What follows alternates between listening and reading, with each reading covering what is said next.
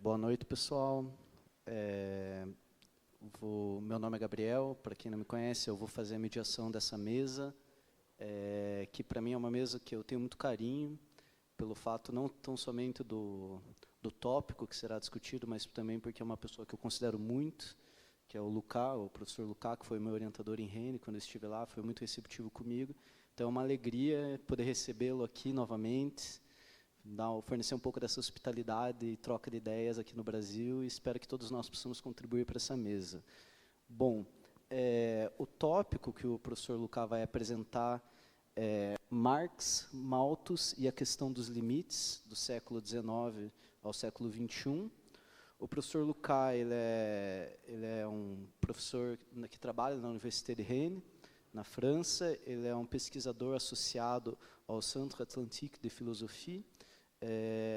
Seus tópicos de interesse são, sobretudo, as teorias políticas dos negócios e da economia e a história do valor econômico da vida humana, assim como das teorias da população.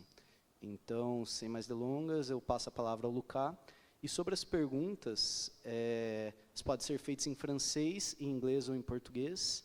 Eu peço que quem fizer em francês ou em inglês tente traduzir para os demais colegas. Se for em português, eu tento fazer uma tradução aqui e a gente vai se virando.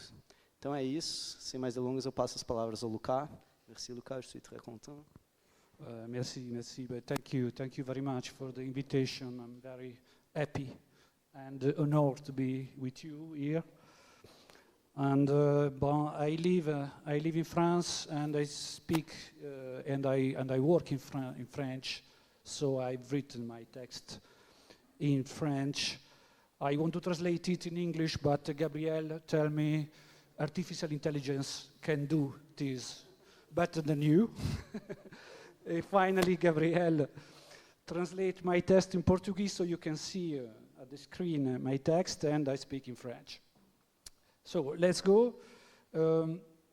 Imaginons que dans un futur proche, les gouvernements mondiaux prennent acte de leur incapacité à respecter les accords de Kyoto et face à un effondrement écologique brutal dû au dépassement des limites planétaires, prennent une décision radicale.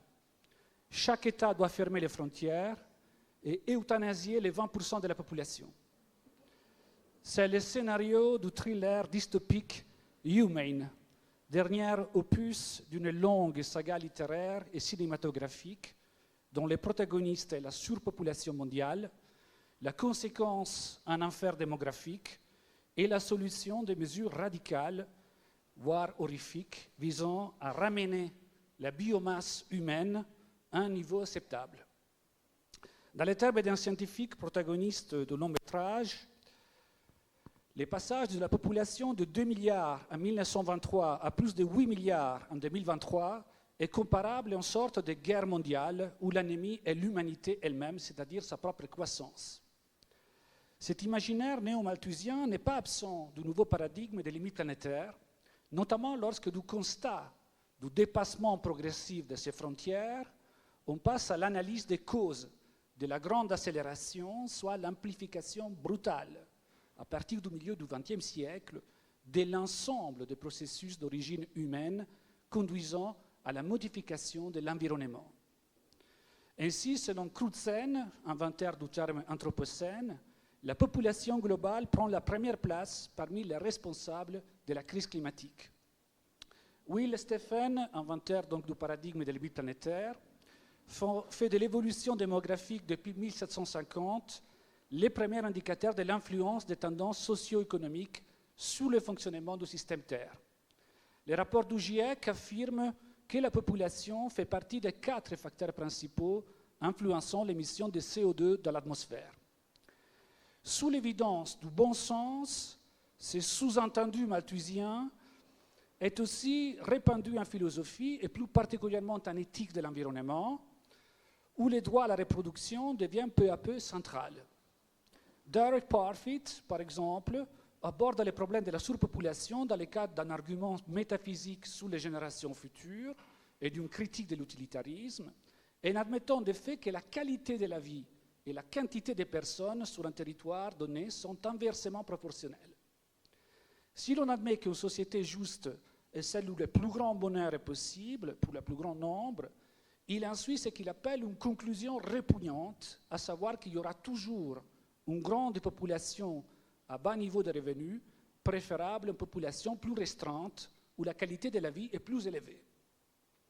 Cette idée d'un arbitrage entre qualité et quantité peut sembler simpliste, et pourtant cette idée n'est pas mise radicalement en question par les courants de population ethics qui s'inspirent des travaux de Parfit. Dans un contexte écoféministe, Donna Haraway s'est saisie également du problème de la surpopulation dans un double souci de se défaire de l'exceptionnalisme anthropocentrique et de l'emprise sexiste. Et la limitation de la reproduction est présentée par Donna Haraway comme nécessaire afin de pouvoir établir d'autres liens avec les vivants, ce qu'elle appelle making, not babies. Mais le réciproque est aussi vrai. Élargir le concept de parenté à des êtres non humains permettrait de faire moins d'enfants et diminuer par conséquent la pression démographique sur le milieu de vie. En ligne avec les présupposés néo-malthusiens, la diminution quantitative de la population est ainsi pensée comme un présupposé implicite du rétablissement de relations saines avec l'environnement.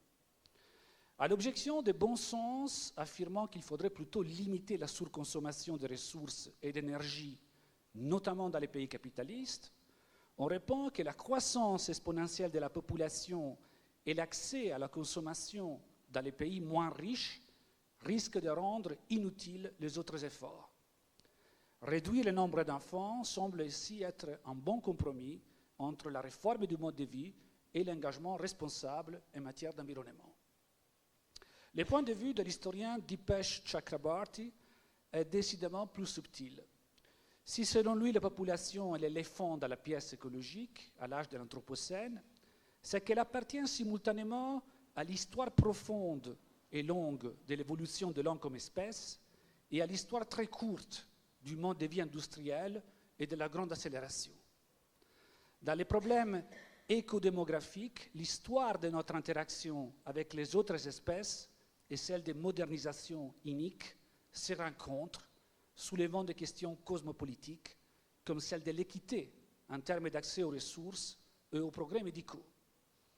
Ainsi, la Chine ou l'Inde peuvent exploiter aujourd'hui des sources énergétiques très polluantes, ou encore le Brésil déboise des aires importantes de la forêt amazonienne, sous prétexte que cela permet de sortir de la pauvreté des millions d'habitants. Et on pourrait logiquement demander à partir de quel droit et de quelle politique imposer des limitations dans cette matière. Certes, l'évidence naïve de la surpopulation mondiale se fonde souvent sur une réelle ignorance quant aux facteurs socio-économiques du développement, plus particulièrement l'importance de la densité, comme le montrent les travaux d'Exter Boserup, sur la sous-évaluation de la complexité socio-historique de l'objet population, qui ne peut pas être réduite en simple affaire de nombre des humains ou de biomasse, voire plus largement sur la méconnaissance profonde de la situation géopolitique contemporaine, où le ralentissement du rythme de croissance démographique globale suit des logiques et des évolutions extrêmement diverses selon les contextes culturels, politiques et économiques. Force est de constater pourtant que l'argument malthusien résiste aux objections qui lui ont été opposées depuis sa première élaboration. Faisant partie d'une histoire longue, d'une angoisse démographique qui accompagne l'humanité, il est difficile de la liquider comme une idéologie de l'âge capitaliste. Depuis la moitié du XXe siècle, couplée à la conscience de la crise écologique et l'inclusion des systèmes écologiques, biophysiques et atmosphériques dans les domaines des ressources impactées, le néo-malthusianisme renvoie au sentiment d'un dérèglement des relations entre les humains et les autres vivants, se traduisant par l'escroissance de la biomasse humaine et des animaux domestiques et de la ferme par rapport aux espèces sauvages. 97% contre 3% de la biomasse totale des vertébrés, le disait hier encore Gabriel. La pénétration anthropique expansive dans les milieux sauvages, responsable notamment des zoonoses, l'expansion sans précédent de l'urbanisation, de l'agriculture ou les pâturages qui concernent désormais les 47% des terres émergées. Il m'a semblé que ce néo-malthusianisme environnemental nous incite à rouvrir les dossiers Marx-Malthus. Le plus souvent, ces différentes à distance est présenté de la manière la plus superficielle, en faisant de Malthus les précurseurs d'une pensée de la limitation nécessaire de la croissance économique, dans un esprit assez proche à celui du rapport du Club de Rome de 1972, halte à la croissance, et de Marx, en revanche, les champions d'un productivisme antinaturaliste prométhéen qui semble presque les rapprocher des perspectives technosolutionnistes contemporaines. Or, des travaux récents sur Malthus, ainsi que les nouvelles perspectives éco-marxistes, je pense notamment aux travaux de Forster ou de Timothy Hoag, qui donnent une grande importance à la critique marxienne de Malthus, nous imposent de relire cet ancien débat sous une nouvelle lumière et mettant plus particulièrement en évidence la question des limites. Certes, le néo-malthusianisme environnemental de la seconde moitié du XXe siècle a peu à voir avec Malthus, mais il pourrait se trouver que nous avons hérité de Malthus une certaine conception de la limite en économie dont Marx fait une critique qui pourrait être utile aujourd'hui. C'est à voir. Les concepts de population dont Malthus hérite est le produit d'une pensée du XVIIIe siècle, anglaise et surtout française, qui est obsédée par une angoisse diamétralement opposée à la sienne, la dépopulation. Dès son apparition moderne, le mot dépopulation recouvre en effet au moins deux significations.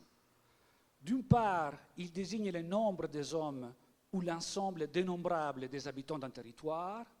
De l'autre, il est synonyme de propagation, de reproduction, de multiplication des hommes sur un territoire donné. Vu le contexte, cette croissance intrinsèque au XVIIIe siècle est en valeur positive. Et nombreux sont les philosophes, les économistes, les pamphlétaires de tous bords qui appellent de leur vœu à la population au sens de repeuplement de la nation. Du point de vue politique, la population au sens actif de croissance est associée au progrès, à la civilisation de mœurs, et intrinsèquement considérée comme un signe de bon gouvernement. C'est le cas par exemple de Rousseau. Mais la population, comme ensemble d'unités individuelles vivantes dans un pays, implique aussi une autre conséquence d'ordre politique. Compter des unités dans une même rubrique implique une forme d'égalisation, soit de considérer que les humains ont une égale voix dans les processus de décision. Or, il y a un autre facteur de complication, épistémologique cette fois-ci. Tout en possédant une complexité socio-économique indubitable, tout le XVIIIe siècle s'interroge en effet sur le rapport entre population et sexualité, population et mœurs, population et richesse. Les concepts de population s'appliquent aussi indifféremment aux hommes, aux animaux et aux végétaux. Ils sous-tendent en somme l'appartenance des collectivités humaines à des écosystèmes complexes où ils se confrontent à d'autres populations de vivants, ayant leur propre logique. La notion de population semble contredire ainsi l'idée d'une modernité naturaliste et dualiste, fondée sur les grands partages entre humains et non-humains, nature biologique et culture, comme le soutient l'anthropologue Descola. L'idée de progrès, d'égalité, mais aussi d'une croissance simultanée et maîtrisée du bonheur économique des individus et de la population, converge par exemple dans la mathématique sociale de Condorcet, selon qui l'auto-organisation sociale et politique permettent de maîtriser les forces démographiques, grâce notamment à une action politique agissant sur les milieux, les commerces, le travail, l'hygiène publique, la morale. L'idéal baconien de domination de la nature qui sous-tend le projet des Lumières s'étend ainsi avec Condorcet à la maîtrise de la nature humaine, ce vues libéral allant jusqu'à admettre que le contrôle de naissance est un élément de la civilisation et que chacun apprendra à dissocier plaisir et procréation dans ses habitudes sexuelles de manière à écarter pour toujours les risques de surpopulation. Ces thèses seront reprises en Angleterre par Godwin et Owen en tirera des conséquences démocratiques radicales, allant notamment dans le sens de la redistribution de la propriété des terrains et de la rente foncière sur une base égalitariste. Égalitarisme, progrès, abondance et autorégulation de la nature humaine convergent ainsi dans l'idéal populationnel qui triomphe à la fin du XVIIIe siècle. C'est contre cet idéal que s'élève la pensée de Malthus, lequel n'introduit pas d'emblée l'idée d'une limite absolue de production de la terre, mais commence surtout par dénoncer l'illusion de la maîtrise de la procréation et de l'autorégulation sociale. La première version de l'essai sur les principes de population, publiée en 1798, s'ouvre ainsi sur les deux lois permanentes et infranchissables de la nature humaine. Premièrement, la nourriture est nécessaire à l'existence de l'homme. Deuxièmement, la passion réciproque contre les sexes est une nécessité et restera à peu près ce qu'elle est à présent. Ces deux lois affirment comme une nécessité naturelle la contradiction catastrophique entre la progression géométrique de la population et la progression arithmétique des ressources animales et végétales. Malthus écrit « Je dis que le pouvoir multiplicateur de la population est infiniment plus grand que le pouvoir qu'a la terre de produire les subsistances de l'homme. » D'où vient cette affirmation?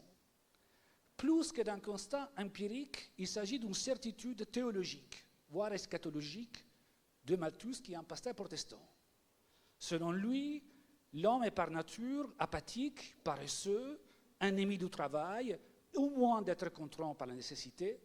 Et donc, si la population de subsistance avait augmenté au même rythme, il est vraisemblable que l'homme n'aurait peut-être jamais émergé de l'état sauvage, il écrit.